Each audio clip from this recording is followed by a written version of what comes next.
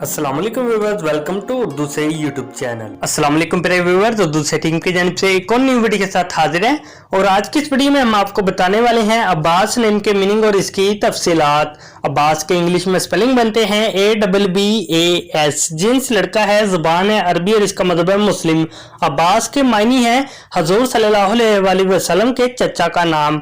अब्बास नाम का शुमार लड़कों के नामों में होता है। अब्बास नाम की इब्तदाई तारीख अरबी जुबान से निकलती है। अब्बास नाम के अफराद के लिए खुशकिस्मत नंबर 7 माना जाता है, जबकि खुशकिस्मत दिनों में मंगल और जुमेरात शामिल है।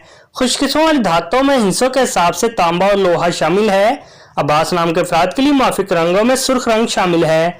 अब्बास नाम के अफराद के लिए माफिक पत्थरों में रूबी शामिल है।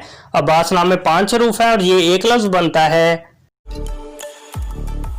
अपने नाम का मीनिंग जानने के लिए कमेंट बॉक्स में लिखिए, चैनल को सब्सक्राइब कीजिए, वीडियो को लाइक और शेयर कीजिए। Thanks for watching.